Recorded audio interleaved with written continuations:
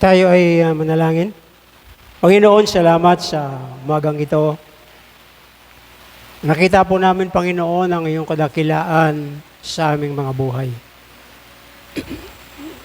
Naniniwala po kami, Panginoon, na patuloy kang gumagawa, papakita ng iyong mga pagpapala at kababalaghan sa aming mga buhay.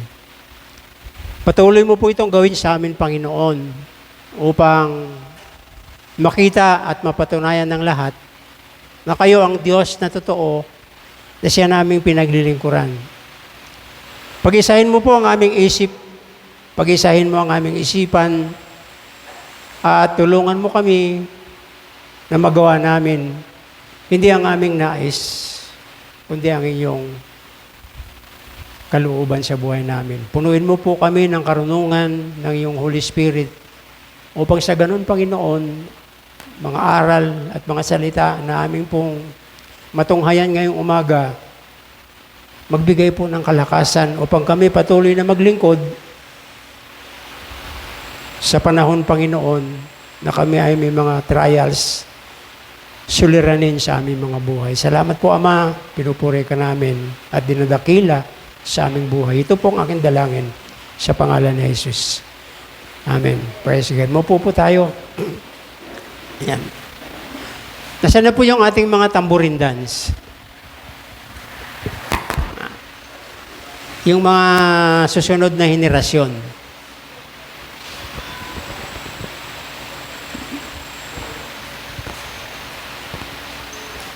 Pakitawag sila dito. Sila po upuin. No. Tapos yung mga bata doon po sa... sino ba nagtuturo sa ating ngayon? Si Sister Jeb. Praise God. Hallelujah. Working together. Pagpatuloy po natin itong ating tema. Pakahalaga po nito sa ating buhay bilang mga Kristiyano.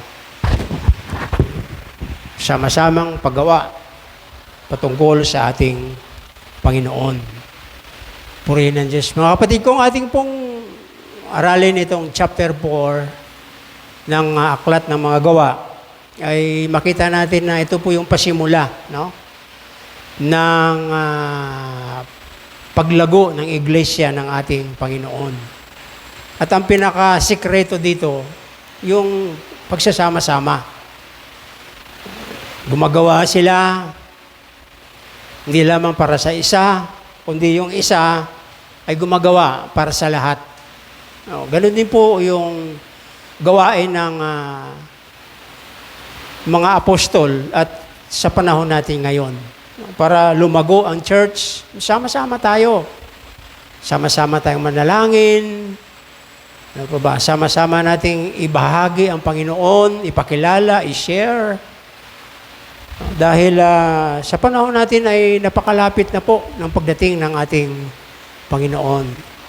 Ayan. Working together. Tingnan natin sa 32, chapter 4. Sabi dito, nagkaisa ang isipan ng lahat ng mga mananampalataya. Ayan. Unity. Basahin nga natin dito. Ayan. Nakalagay dito, no? Acts chapter 4 verse 32. Sabay-sabay nating basahin.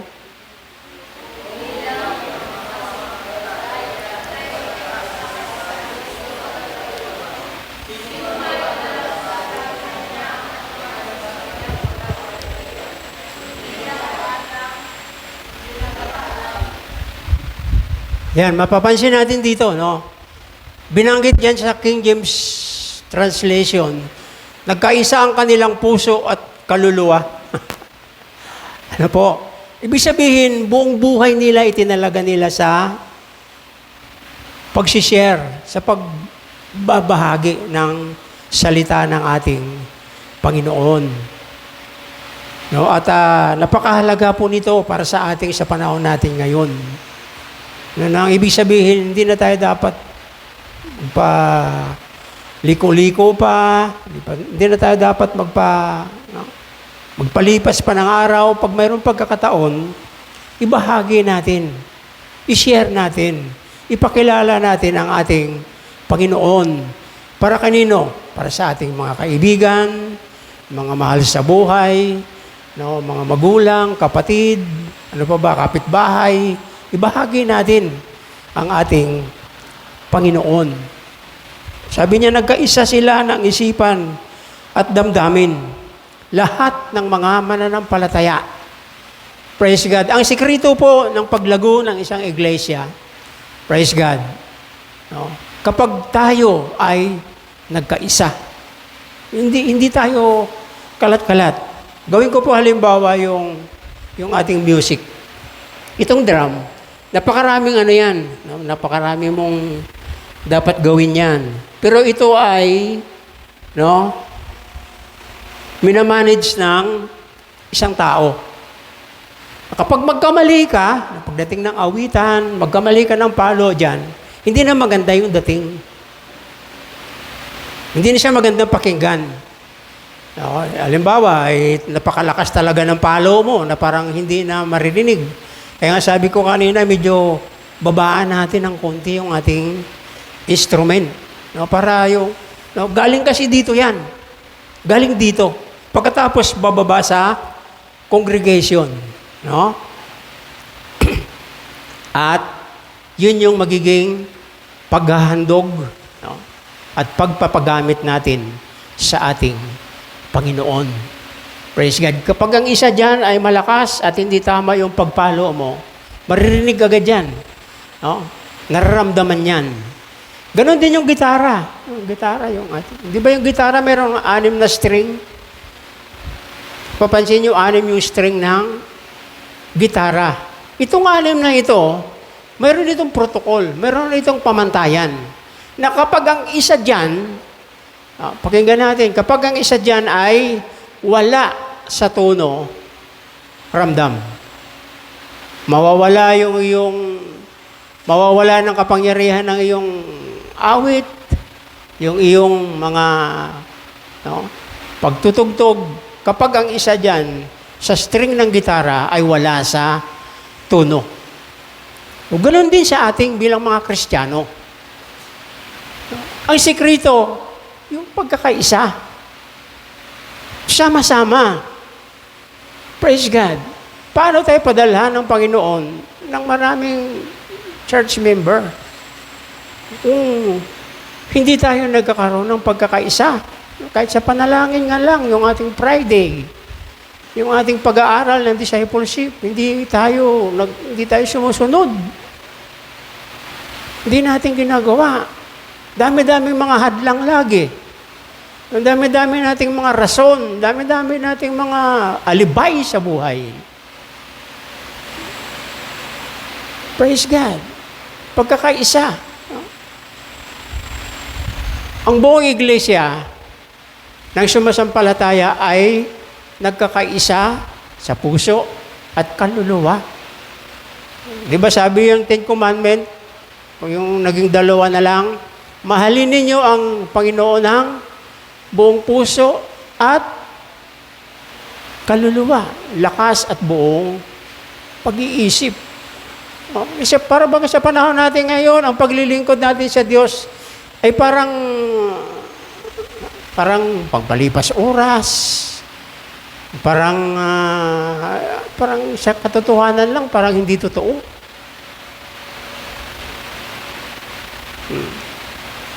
May mga elders, may mga members sa church na kapag sila ay nagpuri at sumasamba sa Panginoon, makikita mo sa kanilang katotohanan. Pero kadalasan at karamihan, pagsimba natin sa Panginoon, ang ating pagpupuri sa Diyos ay para na lang, yan lang, basta ginagawa ko lang siya. Hindi ganon. Hindi ganyan ang iniisip ng Diyos o ang nais ng Diyos sa buhay natin. Ano yung una, sabi niya rito? Ayan. Number 1.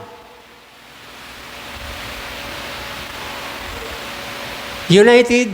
Sabi niya? Ba't nawawala? Wala akong outline. Yan. United in heart and in mind.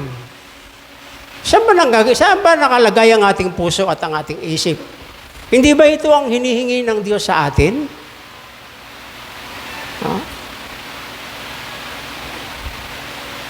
United, pagkakaisa, nagkaisa ang kanilang puso at ang kanilang isip.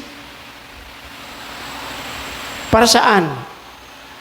Itong si Pedro at si Juan, napakaraming himala na ginawa nila. Kung basahin natin yung chapter 3 ng Acts, di ba yung chapter 3, yun yung panahon na unang, chapter 2 kasi binuhos sa kanila ang Holy Spirit. Pagkatapos nangaral sila, doon sa templo, at ang una-unang himala na nangyari sa buhay nila, yung tumayo yung lumpo, yung ipinanganak na lumpo.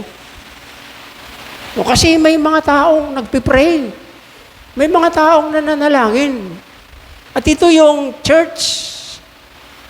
Para makuha natin ang himala, maranasan natin ang himala sa buhay natin, dapat mayroon tayong panahon ng pananalangin. Wala stress ng hapon. Sa kanilang oras, 9:00 ng umaga. Kasi ang mga Israelita, mayroon silang 4 na panahon para umakyat sa templo, para manalangin. 6:00, 9:00, 3:00 at 6:00 ng hapon. Debuto sila dito. Ginagawa nila ito. Praise God. Pero kakaiba ang ginawa ng Diyos sa buhay ni Pedro, Juan at Santiago. Dahil nung sila'y umakyat sa templo, pumunta sa templo, nakita nila ang lumpo, sabi ni Pedro, tumayo ka. Tumayo ka. Pagkakaisa. Minsan napakalungkot. Tagal na natin sa church, parang wala tayong himala. Hindi nagbabago ang ating buhay. Hindi nagbabago ang ating pananalita. Hindi nagbabago ang ating isipan. Hindi nagbabago. Para bagang ritual na lang, yun na lang. Praise God. Napakahalaga. At kung banggitin natin ang salitang napakahalaga, ikaw yun. Ang dahilan kung bakit ka tinawag ng Diyos, dahil napakahalaga mo sa Kanya. Bakit? Nilagyan tayo ng Panginoon ng kakaibang talento. Inilagay ng Diyos sa puso natin, sa isip natin, sa kaluluwa natin, ang kakaibang talento. Kadalasan nga lang, kaya hindi nagmamanifest yung talento ng Diyos, kasi hindi natin ginagawa. O subukan mo kaya. Subukan mo. Ngayong umaga, hinahamon ko kayo, subukan nyo. Praise God. Nag-aaral tayo ng discipleship. Nag-aaral tayo na. Hindi naman tayo nagdi-disciple. Hindi naman natin ibinabahagi si Jesus. Hindi naman natin pinapakilala si Kristo. Hindi, parang baliwala yung disciple. Pakilala mo kaya yan sa kaibigan mo. Pakilala mo kaya yan sa mga office mate mo, ka-schoolmate mo. Pakilala mo si Jesus. Yun ang totoong disciple. Praise God. Sama-sama tayong manalangin. Doon po sa Matalingting, 1 linggo kami doon, malis kami ng Monday, umuwi kami kahapon lang. Medyo inabot kami ng alanganing oras kasi meron sunog yan sa Tandang Sora. Hindi kami, naipit kami doon ng... pero napakaganda ng naging resulta. Mga bata, yung mga onisimo natin, natuto silang magtanim. Kaya tama nga yung kanta na ang magtanim ay hindi biro. So, yun po ang nagiging nakapagbulay-bulay tayo doon, nakapag-meditate tayo ng salita ng Panginoon kasi tahimik. Napakaganda ng lugar. Praise God. So, sama-sama ang kanilang number 1, ulitin natin. Ayan. United in heart and in mind. 32, nagkaisa ang kanilang isip at damdamin. Praise God. No? Magkaisa. Pagprenyo kami lagi kaya ni Pastor Role. Yan. Pagprenyo kami lagi. Praise God. Kasi kami na mga leader, kami na mga elders, kami yung pinaka-pinpoint ni Satan para hindi matuloy, hindi lumago ang gawain. Praise God. At alam nyo ba, kapag kayo nagpipray sa amin, ramdam namin yan. At maraming salamat. Now, number 2. Ayan, oh. Unity in God's blessing. Praise God. No?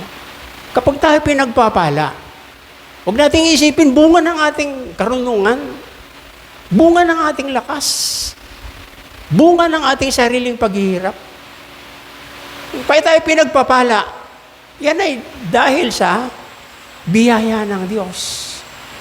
Pag sinabi ba nating blessing, ito ba material lang na bagay? Praise God. Ano ba yung unang-unang pagpapala na natanggap natin mula sa Diyos?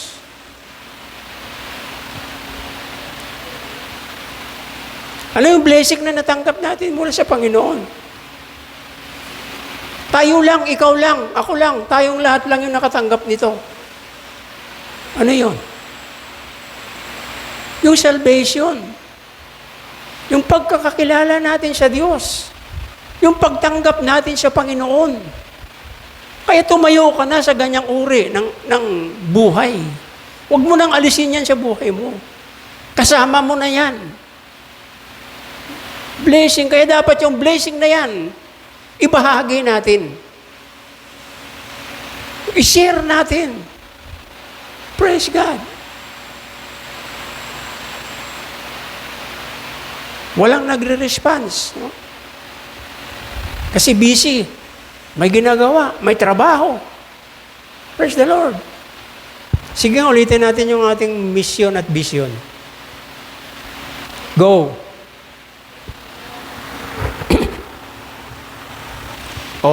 Imagine nyo, hindi nyo pa rin alam hanggang ngayon. Membro ba kayo ng Silanganan? Membro ba kayo ng Silanganan Community Christian Church? Ano yung vision ng Silanganan Community Christian Church? Go. Huwag nyo na ituloy. Sige. Alam na. Multiplying churches. In Luzon, Visayas, Mindanao, and all around the world. Ano yung vision? Equip people to equip. Kaya nga nagsisimulang magturo si Pastor Role to equip.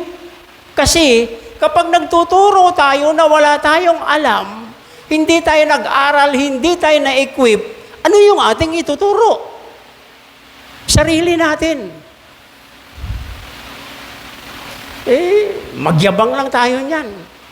Sarili natin eh. Pero kung ikaw na-equip, alam mo, kilala mo, at tinanggap mo sa buhay mo, sa sarili mo, kung sino yung nagtuturo sa'yo at ano yung tinuturo niya, may babahagi mo, may equip no? It means, ibig sabihin, ikaw na isang membro ng Silanganan Community Christian Church, you are a leader. Ikaw ay leader. Sabihin mo nga sa katabi mo, leader ka.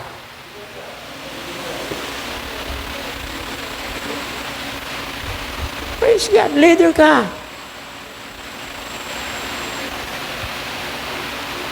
Dapat sa leader ay may alam, tinuruan para ituro din niya sa iba.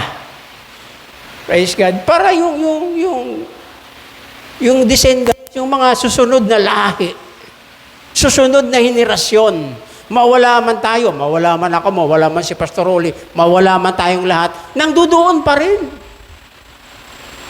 Nang dudoon pa rin. Praise God.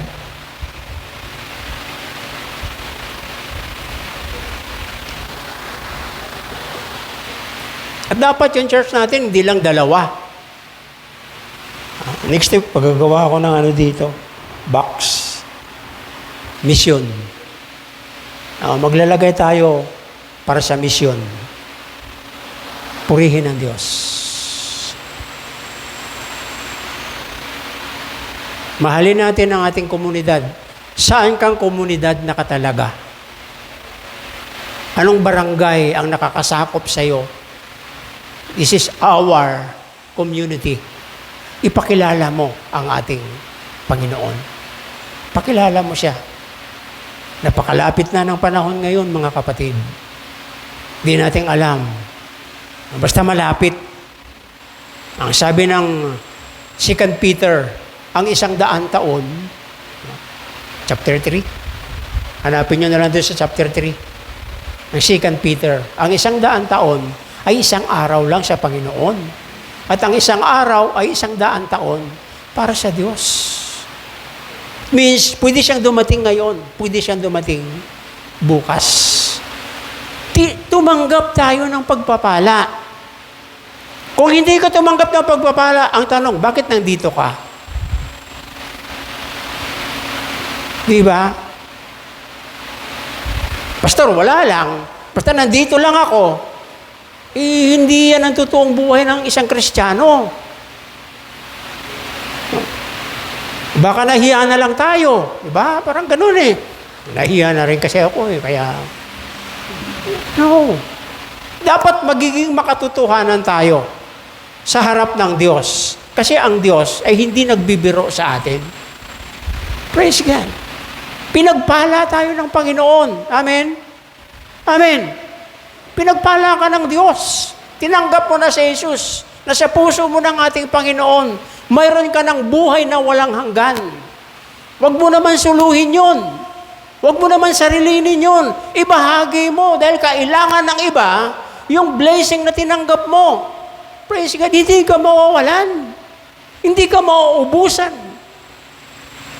Praise God. Kapag binigay natin sa Diyos, ano ba yung magandang halimbawa rito? Di ba nung si Elias ay tumakas kay Jezebel? Ba pumunta sa Siripta, pagdating doon, uminom siya ng tubig sa balon, pagkatapos nagkaroon ng tagutom, pinabalik siya ng Panginoon. Punta ka sa Siripta, mayroon akong balong inutusan doon para pakainin ka. Praise God. Pagdating niya sa pinto ng lungsod, nakita balo. Alam niyo bang ibig sabihin ng salitang balo? Spiritual speaking, nung hindi pa natin tinanggap ang ating Panginoon, tayo ay balo. At ang sabi sa Biblia, ang mga balo ay mahal ng Diyos. Yung mga taong walang relasyon sa Kanya. Yung mga taong hindi pa nakakakilala sa Panginoon. Yung mga taong hindi pa tumanggap sa Panginoon, sila yung balo. Praise God. Saan inutusan si Elias? Di ba doon sa balo? Saan inutusan ng Panginoon? Nung siya ay magkatawan tao dito sa lupa, hindi ba sa atin na mga makasalanan? Praise God, makasalanan tayo. Tinubos tayo ng Panginoon. Binayaran ng Panginoon ang ating buhay. Praise God. Pero ano ang ginagawa natin? Nasaan tayo ngayon? Anong ginagawa mo ngayon? Purihin ang Diyos. Nasaan ka na? Kailangan ka ng Diyos. Kailangan ka ng Panginoon. Tinatawagan tayo ng Panginoon. Ito na yung time. Ito na yung panahon. Glory to God, the highest. Nasaan tayo? Anong ginagawa natin?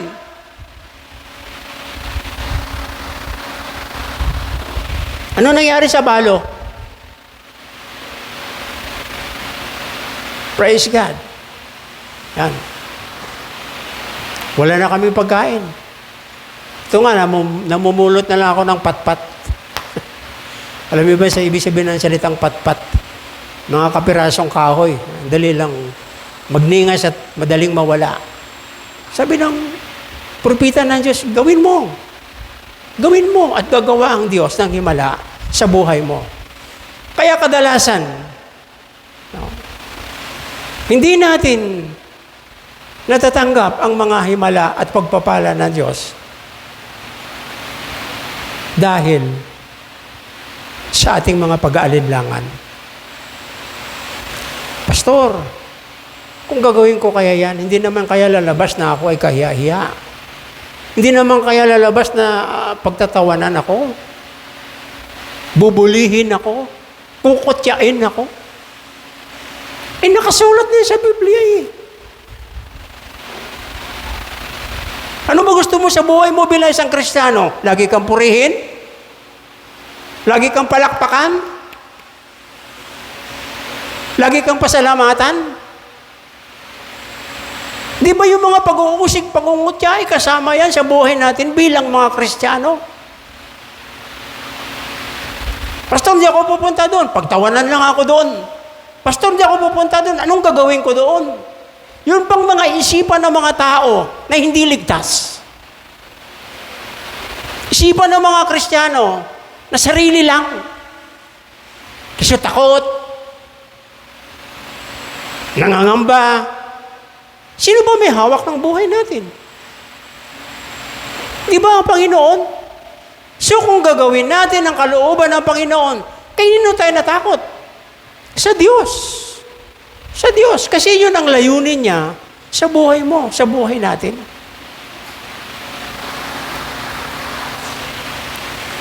Unity. Makipag-isa tayo sa Diyos. At makikita natin yung kanyang blessing. Yung blessing na sinasabi dito mga kapatid, hindi ho yan material. Hindi yan material. Marami kang nadala sa Panginoon, marami kang nabahaginan sa Panginoon, marami kang naakay patungo sa Panginoon. Yun ang blessing. Kasi ikaw mismo, tandaan natin ito, ikaw mismo ay pagpapala ka. Sabihin mo nga sa katabi mo, pagpapala ka. Blessing ka sa kapwa mo. Tinawag ka ng Panginoon, hindi parang gawin yung ginagawa nila, tapos ka na doon eh. Amin po ba? Makikipag-kompromiso ka, makikipag-compromise ka, tapos na tayo dyan. Iba na yung way ng ating buhay. Iba na yung ating tinatahak bilang mga Kristiyano. Tapos pag makita natin, kukunti yung natin sa church, lungkot tayo. Di ba napakasaya na sa isang church merong bago? Amen?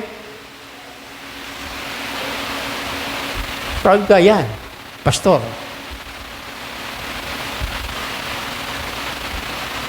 Kung makinig lang kayo na makinig, sasabihin ko sa inyo yung totoo, magsasawa kayo sa pakikinig sa amin ni Pastor Role. Kahit gaano kasarap na pagkain, kung araw-araw yun ang kinakain mo, ano mangyayari sa'yo? Nakakaumay. Tingnan mo yung katabi mo kung hindi nakakaumay. Siya na lang lagi katabi mo eh. Amen? Praise God. Hindi na tayo lumalabas para mag-evangelize. Parang inaasa na lang natin palagi ang ating kalakasan sa kung ano man yung ating naririnig. Huwag naman. Kung noon yun ang ating pag-iisip, ngayon ikaw naman ang gumawa. Ikaw naman ang magtatrabaho para ikaw naman ang magbibigay ng kalakasan. Hindi ikaw lang lagi pinapalakas.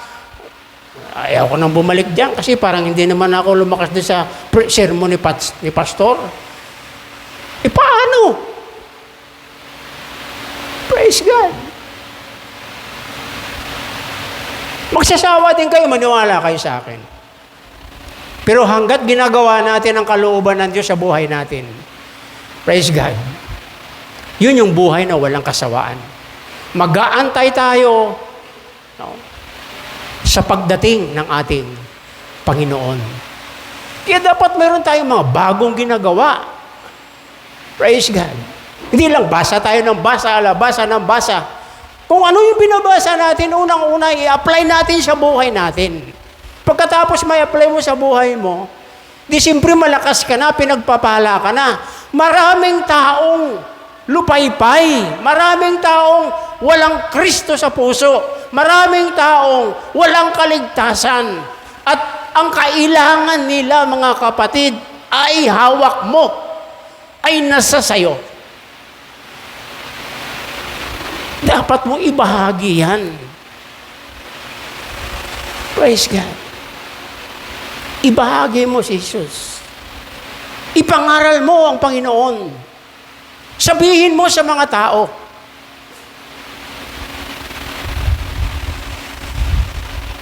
Pag-pray nyo ako bukas, magsisimula naman ako mangaral dyan. 6 in the morning, 5. Lasing ko ng umaga. Maglalagay ako ng speaker dyan. At mangaral ako. Kung magsimula ako ng 5, matatapos ako ng 6. Pag-pray nyo ako na maraming mga taong makarinig. Praise God. Blessing. Ano yung blessing? Minsan napakalungkot. Tagal na natin sa ating mga opisina. Tagal na natin sa ating mga eskwelahan. Tagal na natin sa ating mga tambayan. Tagal na natin. Tagal na. Praise God. Purihin ang Panginoon. Number 3. Unity in God's power or miracle. Niwala kayo sa akin, mga kapatid. Hanggat hindi natin ibinabahagi si Jesus, walang pagbabago. Walang miracle.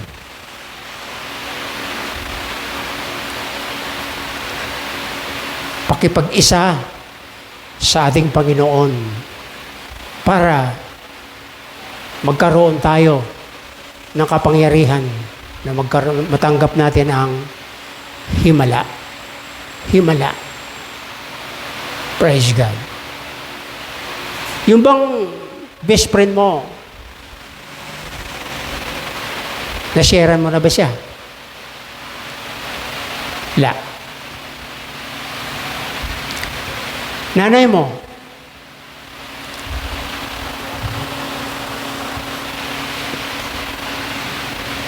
tatay mo, hindi na tayo lalabas sa iba. So, paano paano magkaroon ng himala? Praise God. Alam niyo ba si Brother Michael, yung anak ni Sister, kasama namin yun sa Matalingting. No? Napakarami niyang mga pangarap sa buhay. Dapat ganun tayo mga Kristiyano. Praise the Lord. Marami niyang pangarap. At nung bandang uli na pagdesisyonan niya, Pastor, babalik ako rito. Magti-training ako ng 3 months. Kasi sabi niya, doon sa Maynila, wala akong ginagawa doon. Eating, sleeping, ano pa ba? Praise God. Kaya dito muna ako. Kasi sabi niya, mayroon kaming maliit na lupa sa Bicol. Ayan. Kapag matuto na akong mag-farming, babalik ako doon, magtatayo ako ng kahit maliit lang na church. Kasi maraming mga tao doon sa amin ang hindi pa nakakakilala sa Panginoon. Praise God. Napakaganda ng kanyang pangarap. Una nga, sabi niya, Pastor, mag-aaral na lang ako ng Bible School kasi ayaw ko na yung kain, tulog. Ayaw ko na nun. Praise God. Alam mo po ba, ang pinakamahirap sa buhay ng isang Kristiyano Alin?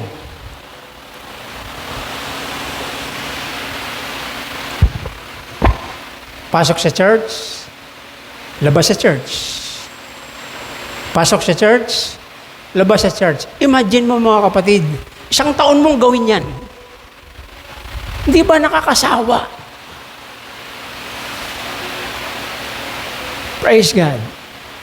Kaya yung ating mga activities na ginagawa ng mga kabataan, tulungan natin sila. No? Simulan natin hubugin ang mga kabataan dahil sila ang pag-asa ng bayan. No? Maglaan kaya tayo ng budget dito. No? Sa evangelism, maglaan tayo ng budget.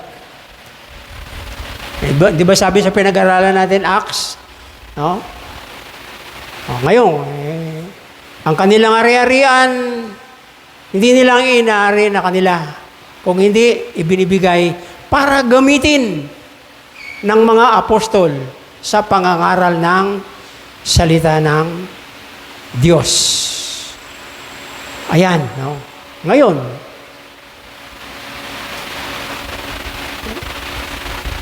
tumulong tayo. Praise God. Para sa evangelism, para sa activity ng mga kabataan. Para yung church ay lumago. Ang church ay umunlad. At ang church ay makakaranas, no, ng himala. Alam mo ba, sa panahon natin ngayon, praise God, para bagang sasawa na tayo sa kabibigay. No? Pagdating ng praise and worship, magbibigay tayo. Magbibigay. Hindi naman masama yun. No? Praise God. Magbibigay tayo. Magkakaloob. Praise God. Pero itong mga kaloob na ito, itong mga ibinibigay natin, ay gamitin natin. Simulan natin. Sa pagpapalago ng ating iglesia.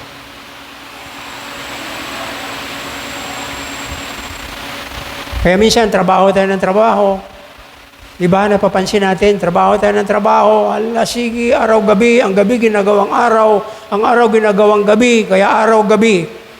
No, parang walang asensyo ang buhay natin. Walang himala ang buhay natin. Walang pagbabago ang buhay natin. At isa sa pinaka-nakakabagot na buhay, ang buhay na walang pagbabago. Praise God. Ngayon, mga kapatid, gusto ko na kayo mismo ay lumago. Ngayon, kung tingin niyo dito sa church na ito, hindi ako lumalago. Marami naman church.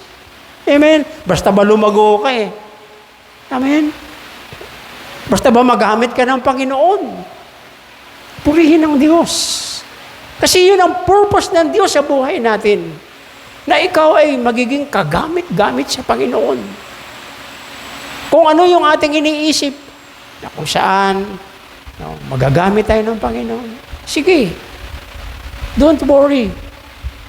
Ang mahalaga, ikaw, ako, tayong lahat ay gagamitin ng Panginoon. So kung gagamitin ka ng Panginoon, tingin mo, bakit hindi mo simulan ngayon? Bakit hindi mo gawin ngayon? Ikinintal na yan ng Diyos sa puso mo. Hindi siya nagkatawan tao, hindi siya nagpapapako sa cross na walang saysay, na walang kabuluhan.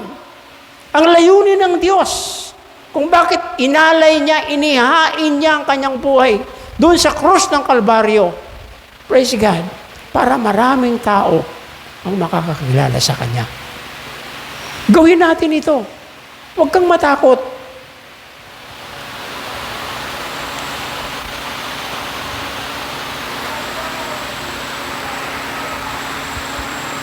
Tingnan natin yung panghuli. Praise God.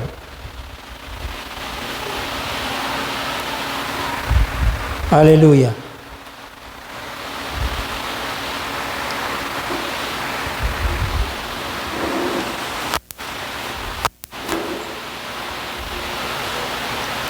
Kaya nag-pray sila sa verse 30. Sabi ng panalangin nila, iunat ninyo ang inyong kamay upang magpagaling at loobin ninyo na sa pangalan ng banal ninyong lingkod na si Jesus ay baka kagawa kami ng mga himala.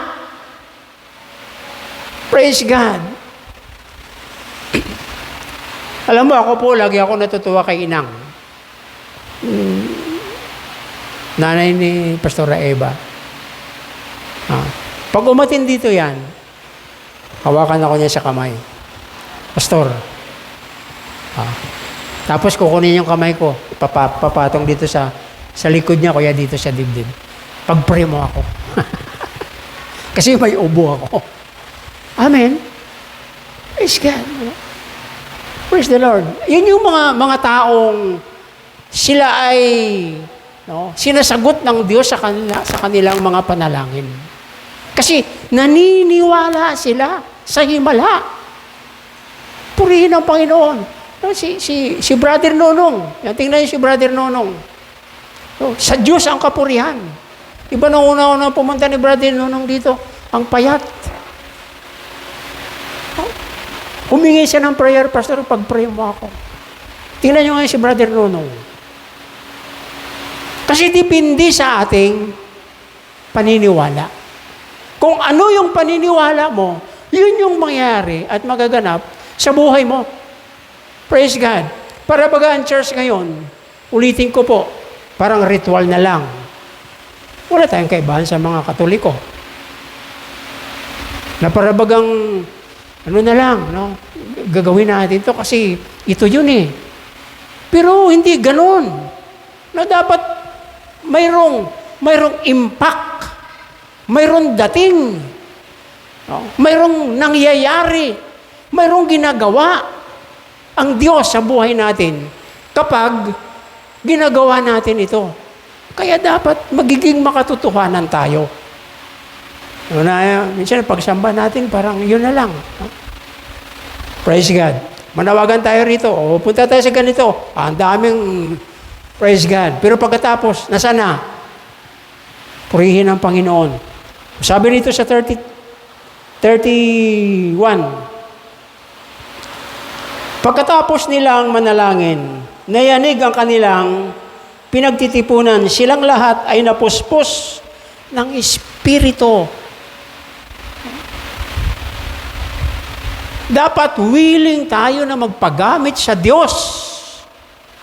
Willing kang magpagamit sa Panginoon. Praise God. Dahil ang panalangin nating mga Kristiyano ay may kapangyarihan. Biyernes nga lang eh. Biyernes. Lagi ditong ina-announce yan. Biyernes, meron po tayong prayer. Buti pa si Pastor Rolly, Pastor Rayban, layo ng bahay. Si Brother Joseph, kung may panahon lang yan. Kaso nga lang, meron siyang inalagaan na mahal niyang biyanan. Pupunta dito yan, mag-pray. Pero tayo na nang dito. Wala tayong time, wala tayong oras. Paano magkaroon ng himala ang buhay natin? Paano tayo umunlad? Paano makilala si Jesus? Sa buhay natin, wala. Nagkaisa sila. At silang lahat sa pamamagitan ng pananalangin, sila ay napuspos ng Espiritu. At buong tapang na nangangaral ng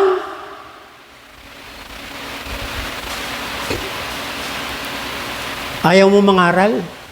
Ayaw mo mag-share? Pinapakilala mo ang iyong sarili na wala, hindi ka namumuhay sa kapuspusan, sa kapangyarihan ng Holy Spirit. Nag-pray. Nanalangin sila ng sama-sama.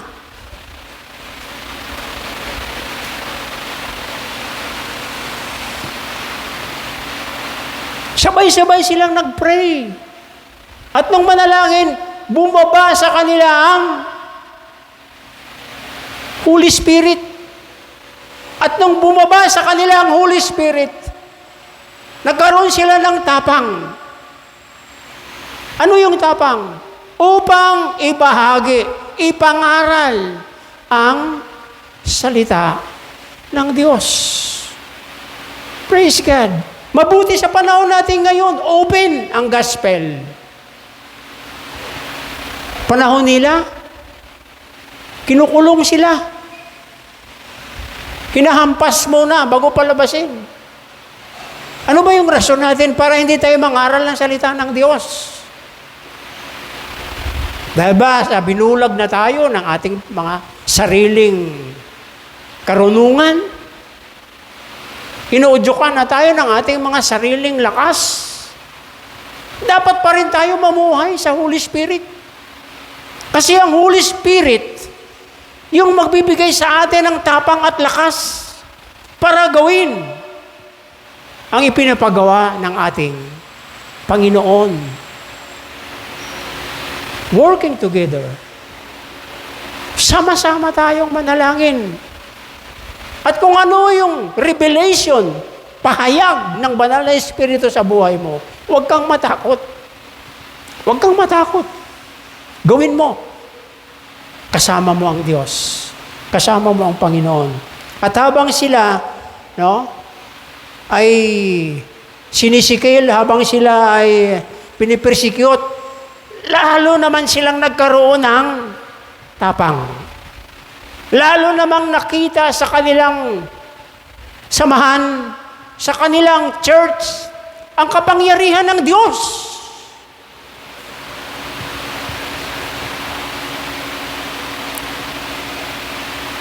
Praise God. Nagtatrabaho tayo. Dapat pagdating ng sahod, buo yung ating tatanggapin. Amen. Sa trabaho ka, pagdating ng sahod, bali. Anong naramdaman mo? Bali muna. Praise God. Purihin ang Panginoon. Praise the Lord. Next na lang yung takot ba tayo mangaral? Takot ba tayo magbahagi? Baka kailangan mo na ang kapangyarihan ng Holy Spirit sa buhay mo. Pray. Pray. Pray. Punta kayo pagdating ng Biyernes. Mananalangin tayo. Praise God. At kung ano ang sasabihin ng Holy Spirit, yun yung ating susundin.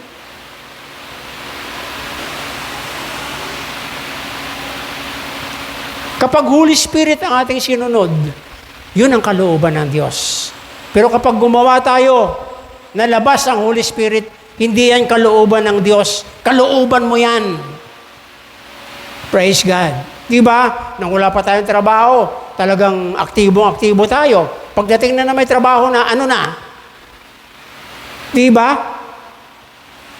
Dapat sana pagdating na sinasagot ng Diyos ang ating mga pananalangin, lalo tayong agresibo, lalo tayong mainit. Praise God.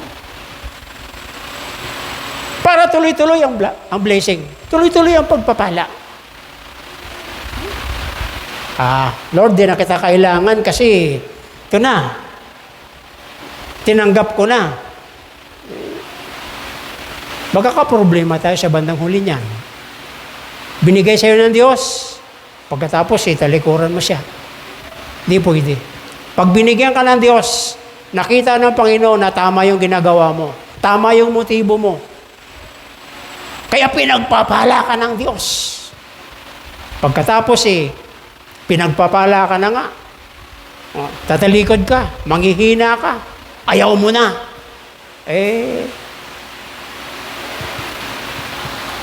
Purihin ang Panginoon. Sama-sama sila. Kaya gumawa ng himala ang ating Panginoon. Ang sabi dito, taglay ang dakilang kapangyarihan ng mga apostol at patuloy na patutuo tungkol sa muling pagkabuhay ng Panginoon. Praise God. Praise the Lord. Ito lang, mga kapatid, simple. Sabihin mo lang, naniwala ka ba na nabuhay mo lang ang Panginoon? Nakaupo ka sa bus. Nakaupo ka sa jeep. Nakasakay ka sa Grab. Nakasakay ka sa, wag sa tricycle kasi maingay. Ito lang sabihin mo sa Kanya. Naniniwala ka ba na nabuhay muli ang Panginoon? Kaya kung minsan hindi natin ma-share, maibahagi yan kasi parang hindi naman natin naranasan ang muling pagkabuhay ng ating Panginoon. Pero kung naranasan mo, yun lang yung tanong mo sa Kanya. Naniwala ka ba na muling nabuhay ang Panginoon? Pag sinabi niyang opo, ano ang dahilan? Ano ang rason kung bakit nabuhay ang ating Panginoon?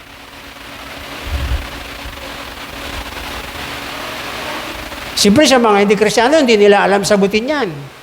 Alam mo ba kung bakit muling nabuhay ang ating Panginoon? Kasi nangako siya na siya'y muling babalik at kukunin tayo. Dadalhin niya tayo sa kanyang kaharian. Gusto mo bang sumama sa kaharian ng Panginoon? Tanggapin mo siya. Yun lang. Nakapag-share ka na. Nakabahagi ka na ng salita ng Diyos. Hindi na sayang ang araw mo. Amen? Bukan mo magtrabaho dyan maghapon. Praise God. Kumukunot na yung mga noo mo dito. Kaya minsan, marami mga Kristiyano, sabi ng pastor kwento doon, marami mga tao, pabanat ng pabanat. Mayamang babae, nagpapabanat. Sige, ayaw niyang tumanda. Pabanat siya ng pabanat ng kanyang mukha. Banat ng banat. Para magiging bata. Isang araw, gumising siya nung magsalamin, nakita niyang mukha niya may butas. May butas dito. Yun pala, sa sobrang pabanat niya, yung pusod niya, umakyat na, pupunta sa mukha niya. Praise God. Matuto tayong magbahagi ng salita ng Diyos. Ito po yung layunin. Ito po yung gawain ng Silanganan Community Christian Church. Ibahagi natin ang salita ng Diyos. Bahagi ka sa ibang lugar. Kung gusto mong magtayo ng church, gawin mo. Amen. Praise God. Magtayo ka ng Bible study doon. Magtayo ka ng Bible study doon. Magtayo ka ng church doon. Ito yung ating mission at vision. Pero dapat, lagi kayong present pagdating ng Sabado ng hapon. Kasi, tuturuan kayo ni Pastor Ole kung paano magiging disipulo ng ating Panginoon. Amen? Nagkaisa ang kanilang puso at damdamin. Walang hiwalay, hindi naghiwalay. At dahil sa panalangin, binigyan sila ng kapangyarihan ng Holy Spirit. At sila ay nagkaroon ng tapang upang mangaral. Alam niyo ba si Russell? Yung anak ni Brad Joseph. Tuwing pumunta dito yon at umatin, pagkatapos siya merong itinatanong sa akin, Pastor, di ba? Nagpapakita na kahit sa labas, kasi Pastor, meron akong hinahawakan ng mga ganito eh. Mga Muslim, ganyan, mga iba yung kanilang paniniwala. Sabi ko, ito yung dapat mo isagot sa kanila. Praise God. Praise the Lord. Aral tayo. Dapat tayo ay magiging, ano yung vision natin? Dapat tayo ay magiging equip, turuan. Nai-equip ka lagi. Magpa-equip ka. Para pagdating ng araw, ikaw naman yung mag-i-equip. Di yung ikaw na lang laging ini-equip. Amen. Equip people to equip other. Lalawak. Lalawak. Lalago. Dahil sa kapangyarihan ng Holy Spirit na ginagawa at tinanggap mo sa iyong buhay. Yumuko tayo at manalangin. Ama, salamat po sa umagang ito. Napakadakila mo sa amin. Panginoon, ito na po yung panahon na kami ay gamitin ninyo. Manguna kayo sa amin, Panginoon. Kumilos kayo sa aming buhay. Maraming mga pagkakataon, oras, araw, linggo, buwan at mga taon na aming pong sinasayang lamang. Lord, magagawa namin ang lahat ng ito na kami ay magiging agresibo, Panginoon, sa pagbahagi, sa pag-share, Panginoon, ng iyong mga salita. Pinalago mo kami, Panginoon, sa pamamagitan ng aming pakikinig. Nagkaroon kami ng pananampalataya sa pamamagitan ng aming pakikinig. Ba't ang katotohanan, Panginoon, ito'y pasimula pa lang ng aming buhay. Ang totoong Kristiyano at ang totoong buhay bilang Kristiyano, na kami po ay magamit ninyo sa iba. Ang pananampalataya na itinanim ninyo sa aming mga puso ay maibahagi namin sa iba. At kung anong himala na tinanggap namin mula sa inyo, ay maibahagi namin sa iba. Sila din po, Panginoon, ay nangangailangan ng kaligtasan. Katulad namin noon. Kaya, Panginoon, bigyan ninyo kami ng tapang. Bigyan ninyo kami ng lakas.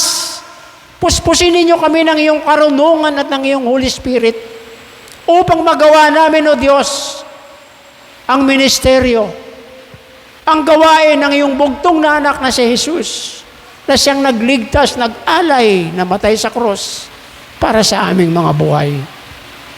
Salamat po, Panginoon. Ang mga salitang ito, Panginoon, na aming pong napag-aralan ngayong umaga, ito po magiging paraan na palagi naming maalaala ang iyong great commandment sa amin, Panginoon. Palagi naming maalaala, Panginoon, ang iyong great commission, Panginoon, na kami humayo, ipangaral ang salita ng Diyos. Bautismuhan sila sa pangalan ng Ama, ng Anak at ng Espiritu Santo, at turuang sumunod sa lahat na pinag-uutos ninyo. Gawin ninyo, Panginoon, daluyan ang aming buhay. Gawin ninyo ito, Panginoon, good example, mabuting halimbawa sa aming mga anak, sa aming mga kaibigan, sa aming mga partner, Panginoon. Lord, na kami po, O Diyos, nasa sarili namin, nasa puso namin, nandito, Panginoon, ang pag-ibig mo. Nandito, Panginoon, ang iyong Holy Spirit. Salamat po, Panginoon. Huwag mo pong payagan na ang aming buhay, panahon ay masasayang lamang. Kundi ang buhay na ito at ang panahon, Panginoon, ay magagamit namin para dumami, lumawak, Panginoon, ang mga taong nakakakilala sa inyo. Salamat po, O Diyos. Salamat po, Panginoon. Purihin ka, sambahin ka, luwalhatiin ka, Panginoon, sa aming buhay. Salamat sa mga salita mo ngayong umaga na siyang kasama namin buong linggo para kami magtagumpay. Gagawin namin ito, Panginoon, na walang pangamba. Gagawin namin ito, Panginoon, na walang takot. Dahil alam namin, Panginoon, na Ikaw ang aming kasama through Holy Spirit sa aming buhay. Salamat po, Panginoon. Salamat po, Diyos. Ito po ang aking dalangin sa pangalan ni Jesus na aming Panginoon. Lahat ng anak ng Diyos magsabi ng amen. Praise God. Magandang umaga po. Pagpalain kayo ng Panginoon.